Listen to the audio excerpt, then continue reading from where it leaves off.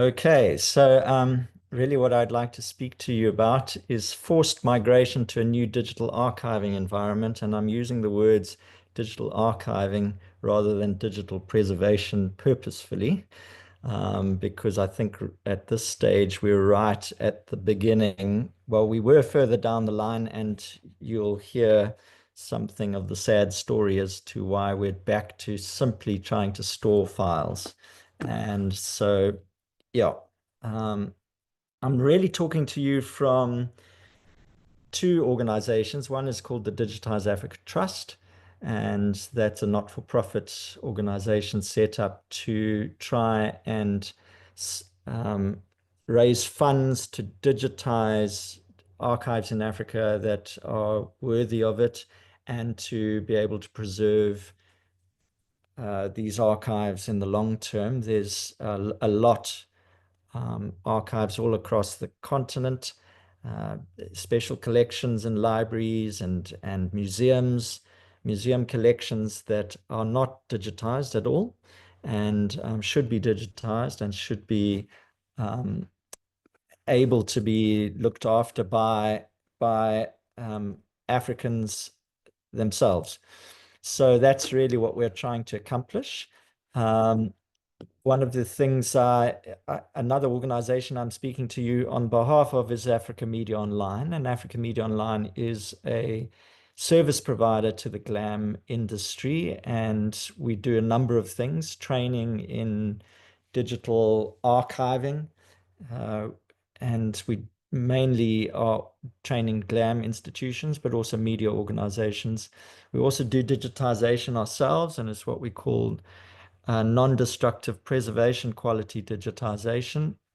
And we also represent a number of specialist digitization equipment manufacturers such as Phase One and others for the GLAM sector, providing them the equipment and helping them set up digitization uh, units within their institutions. And then we also have developed over time something that we call Preservatio, which is a digital asset or digital curation ecosystem, really, is what we call it. It covers a number of aspects, preparing digital files, uh, some degree of storage and preservation of digital files, and granting access to digital files.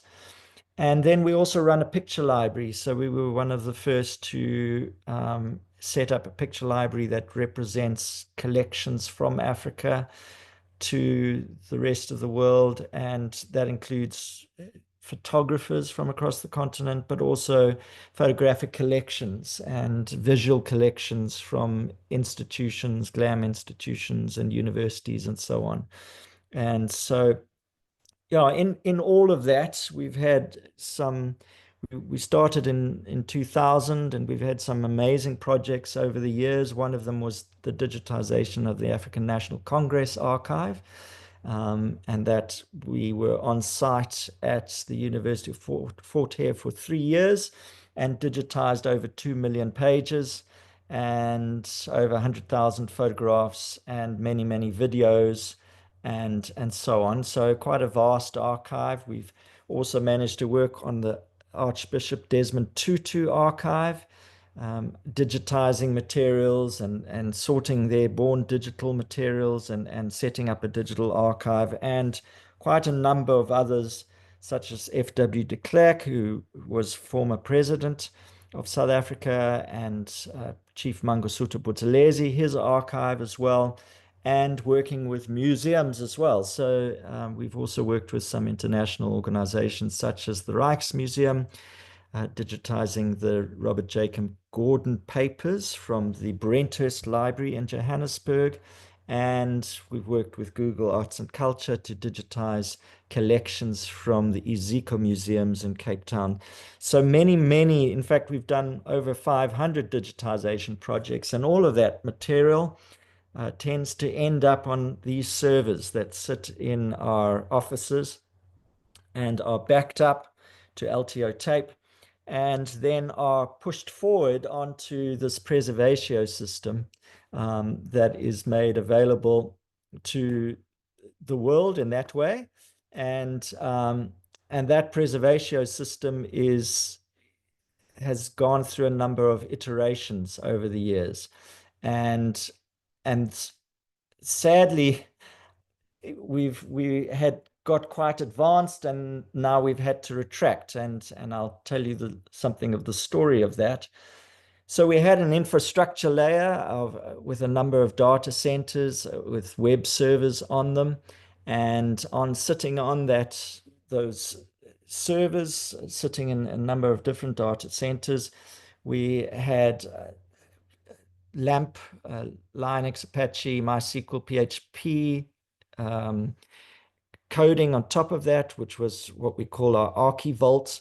And then on top of that, we had an asset management layer. And that asset management layer had IIIF so that we could be pushing content out in ways that others could use it. And then on top of that, we also backed up to LTO tape off-site.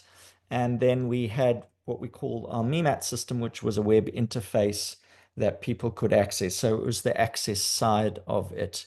Um, and then we decided, well, one of the things, the whole world was going on to AWS, and AWS clearly had some advantages and some significant benefits in terms of technologies that are available to you if you're on AWS. So we were convinced by some consultants to move from where we had things on web servers into the AWS environment. The problem was the costs were uncontrollable, even though these consultants had taken on the task of controlling the costs for us.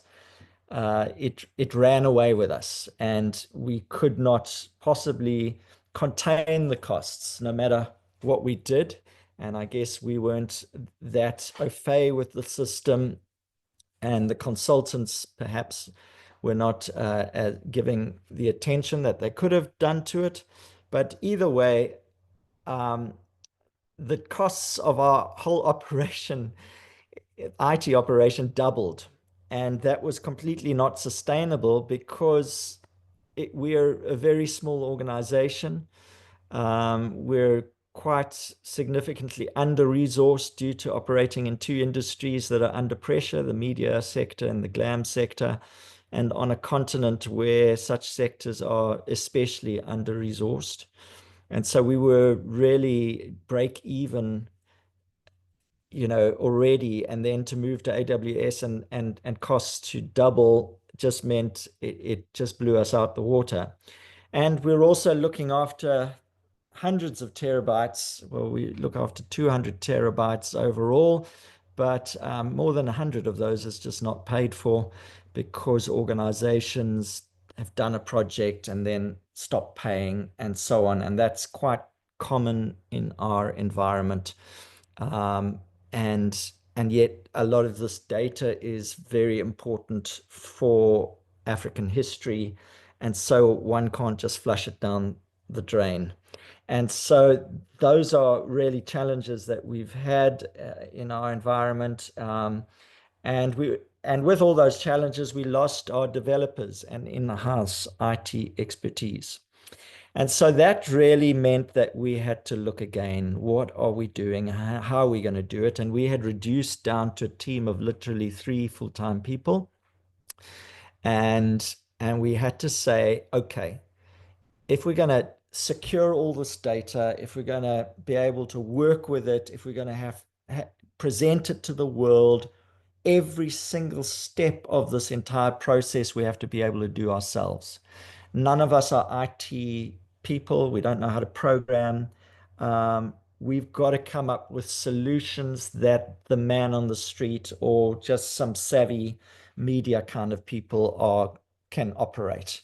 And so we started looking around at sort of best of breed systems around the world that we could actually represent into our market. And one of those was MediaGraph, which is an American system, digital asset management system, particularly good at preparing files ahead of ingestion into a permanent repository. It's what we call a work in progress digital archive. Limecraft for video files was a similar kind of thing. It's a production environment for broadcast archives. And Pricvario was a fairly simple digital asset management system that one could connect storage, external storage into.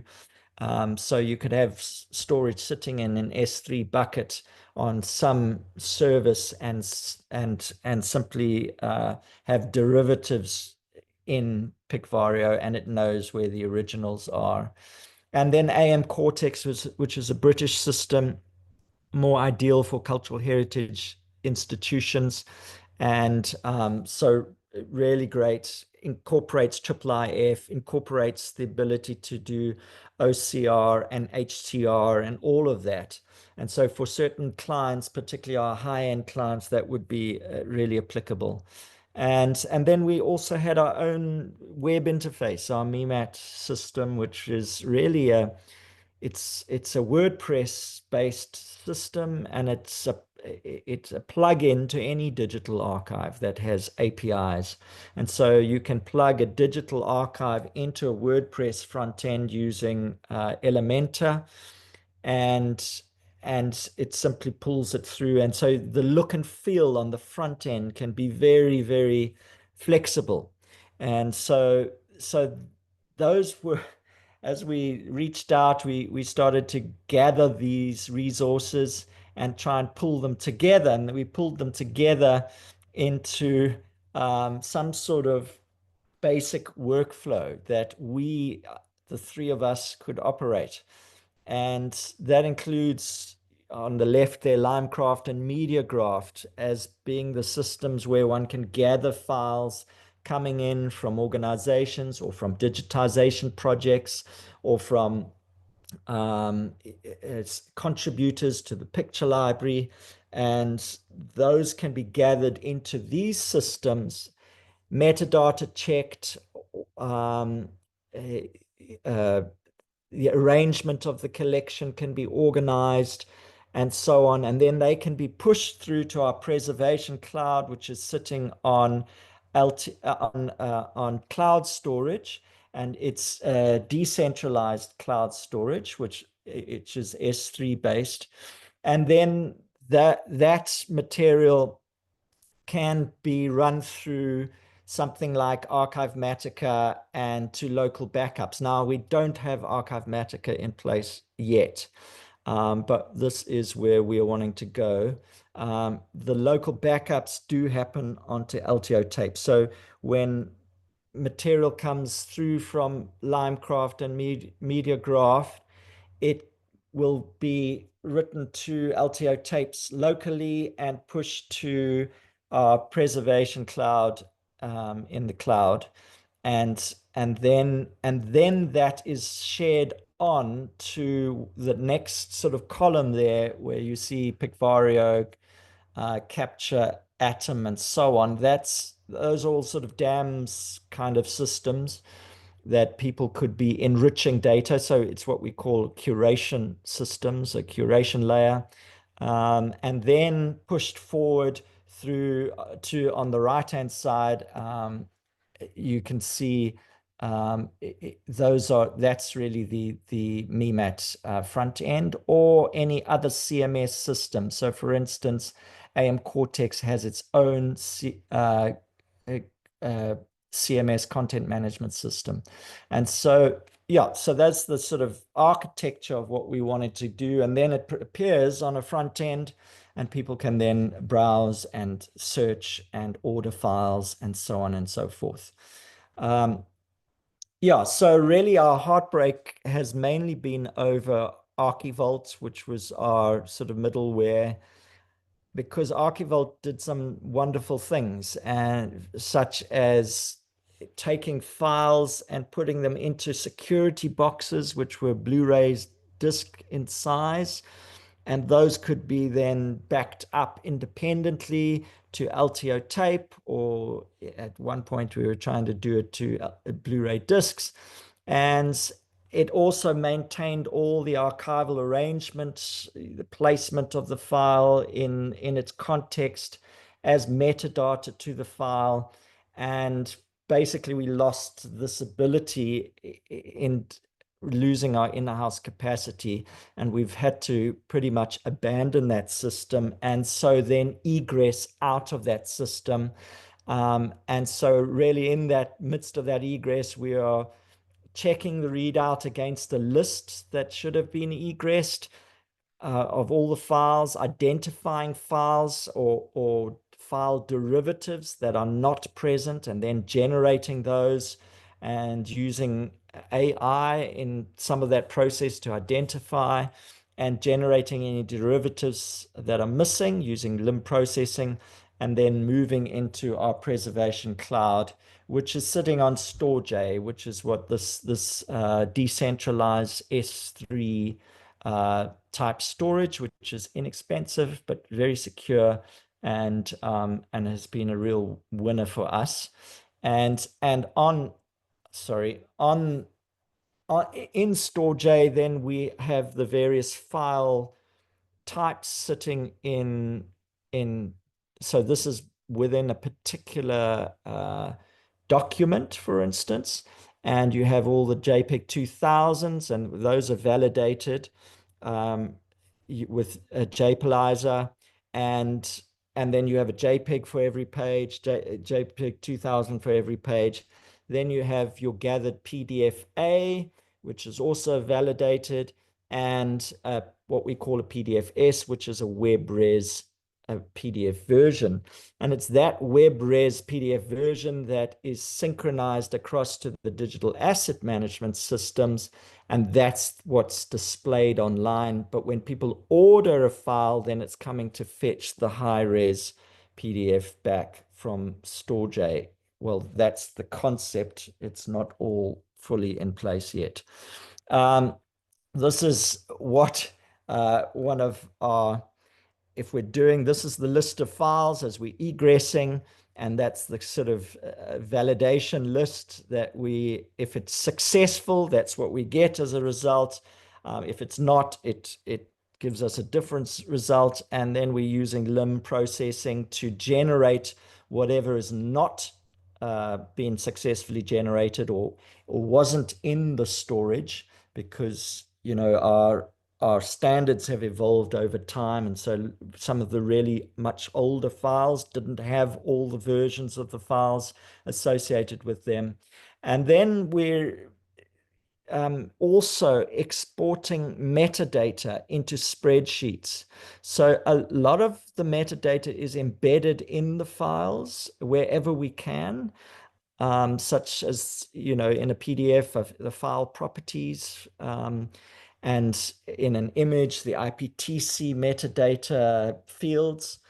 So wherever we can, we're embedding metadata, but there's a long list of metadata that is associated with the files that we can't embed. And so that we're exporting in spreadsheets. And this is that was documents that you saw, and now this is image metadata fields. Actually, that's a very long list. I could only take the top of it. And so at least we have associated with any particular collection a whole spreadsheet of every bit of metadata that was in the database of the old system. And then we're also making sure, and this is just to show you within every file. So this is an image file, so it's using IPTC metadata. We're actually embedding the original file name, supplier's image ID, and the folder path of that file. So its arrangement in whatever archive it was, so that that full pathway is actually embedded into every single file, so that we could always reconstruct if something went wrong where that file sat.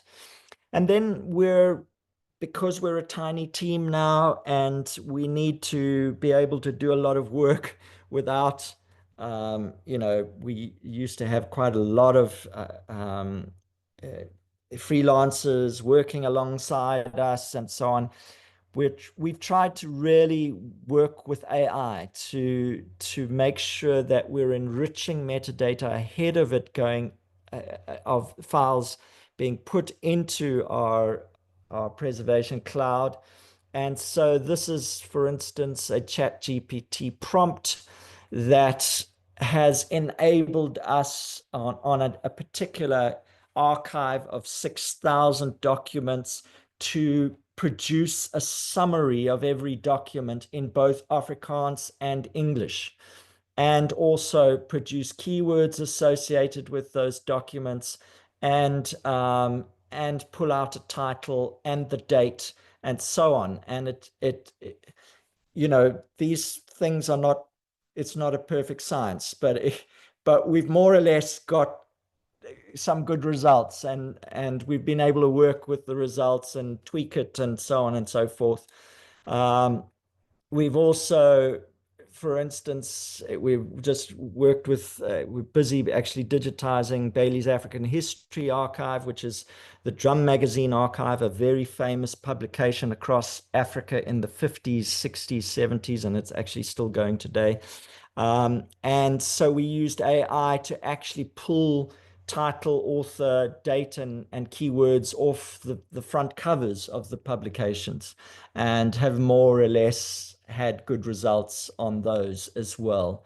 Um, and also then dealing with, multiples of the same file, or files that have different file numbers or asset numbers, but are actually exactly the same. And so for us, particularly in our environment, which is often we're presenting files for use to users and also to media organizations and so on, one needs to be really careful that one's not presenting a whole lot of garbage in the midst of that. So we're using various tools to be able to identify matched files, and then only retain the best of those.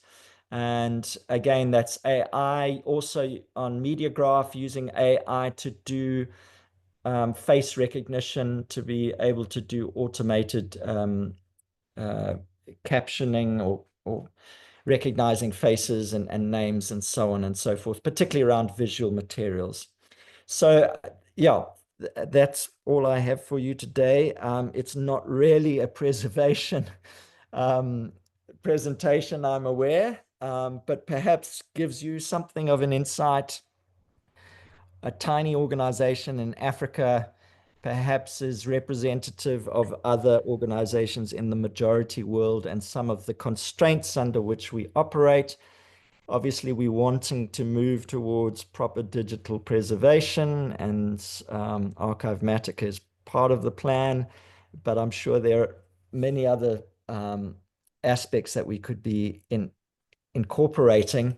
But literally, we have a team that has no real IT expertise.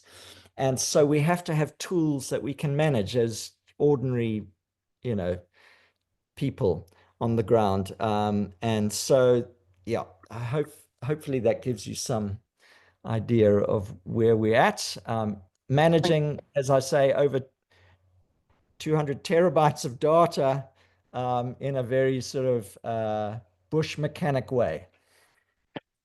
Thanks, David. Well, I think you certainly deserve a round of applause for everything you're doing there, and clearly operating in a very challenging environment and some challenging circumstances. And I think we can very much relate to sort of the important task you've got on hand. Well, I'm a little bit conscious of the time, but hopefully people will pick up your contact details from here and maybe send you some suggestions, and perhaps continue discussions elsewhere. But Sarah from MoMA has asked, can she is your new cloud provider, is that in the place of AWS? Is that correct? Yes, yeah. So it's S3 cloud storage, just hugely less expensive, and seems to be just as secure. And and obviously we're still backing up to LTO tape. So we have an equivalent on our LTO tape and also in the cloud. And then, we're doing work for a lot of organizations and they will have a copy as well. So, anything we do for them, we deliver a copy to them as well. So, we have at least these three copies. And the LTO tape, we're looking to actually duplicate that as well. So that you have two copies there. Yeah. And I think looking at the comments you're getting, people really appreciate, how open you've been about some of the challenges you're facing. And I guess one of those is that the funding is often there for the digitization work, but not for all the subsequent preservation and storage. Yeah. Yeah. Sorry, a long comment has just popped in there from Brittany. I think you'll probably want to skim through. So, David, has anybody got any particular questions for David, or can I suggest that perhaps he has a chance to sort of read what's been going on in the chat and respond to those? Okay. Well, thanks, David. As I say, we really appreciate that and for your time.